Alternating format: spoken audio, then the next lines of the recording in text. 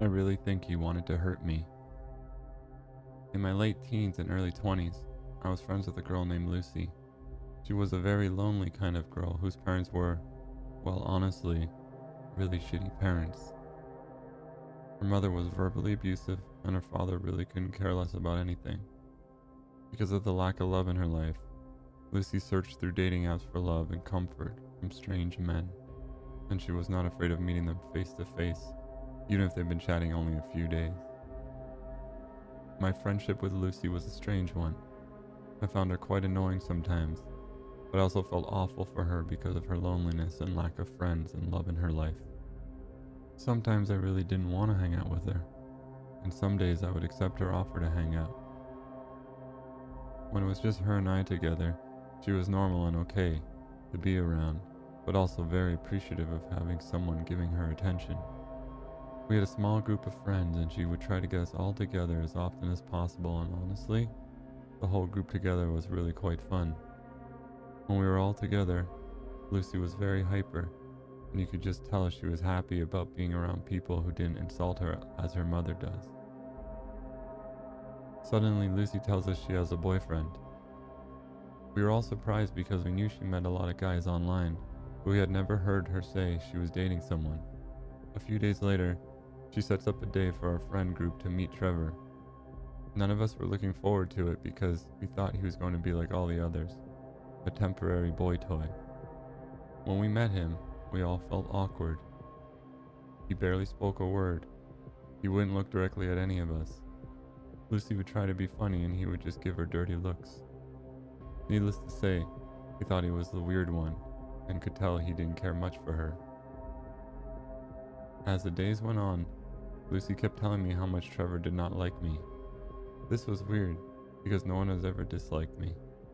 I'm always polite, respectful, and I smile a lot at everyone. But for some reason, he did not like me. He kept saying he thinks I'm using Lucy for her money.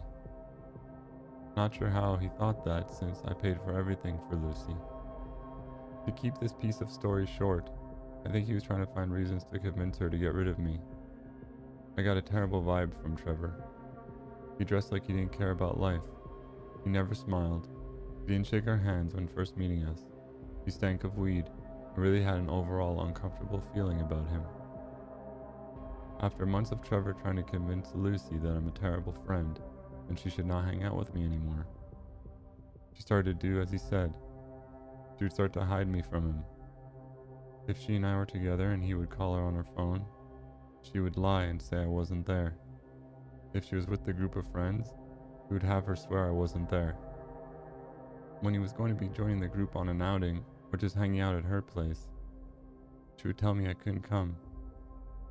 Lucy will do whatever her boyfriend says just to keep pleasing him so she doesn't lose them. Now here's where it gets scary. Lucy calls me one day and says she wants me to come hang out at her place. I agreed. She came to pick me up. We went to her house and watched TV for a bit. We decided, since it's a nice day outside, we would take her two dogs for a walk to a nearby pocket park and would later return to the house to have lunch together. While at this park, she receives a phone call. Now let me say, Lucy is not a private person whatsoever and has never ever walked away to answer a phone call until this day. She walked far enough away that she knew I would not be able to hear anything she said. This was suspicious to me, but not enough to question it. The call ends and she begins to walk towards me with the look on her face as if she's trying not to smile. She tells me, "So I need you to bring me home now." I was slightly confused as we had only been together for about an hour, when we usually spend the entire day together. And she would never want me to go home. She would even frequently beg me to sleep over to avoid being alone. So anyway, I said okay and we walked to drop off her dogs at home. We got in her car and off we went. About 10 minutes into the car ride, I realized she isn't going in the direction of my house, so I questioned it. "Where are we going?" She smirked and didn't respond. I asked again, laughing uncomfortably. "Seriously, where are we going?" She continued to smirk but didn't want to answer me. I started to realize she's heading in the direction of where her boyfriend lived. Oh hell no. I asked her one last time with anger in my voice, "Where are you taking me?" Her only response was bone chilling to me. "Trevor wants to talk to you." Nope, I wasn't having any of this. I insisted and demanded she let me get out of the car, but with her evil smirk and same response, she said it again. "It's okay. He just wants to talk to you." I was furious at this point because this creepy guy who looks like he wants to kill someone, who also despised me, wanted to talk to me? Why can't he talk to me on the phone?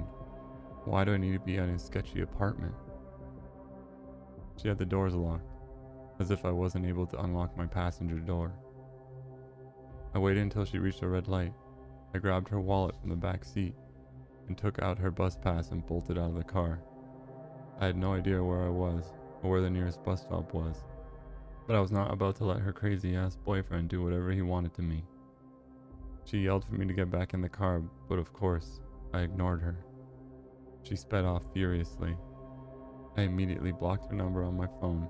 I removed her as a friend on social media and immediately warned the group of friends not to talk to her because she's gone nuts. I have not spoken to her since that very day, and she has also lost the other 5 friends of the group as well. After this situation, Lucy, I hope you're truly lonely now.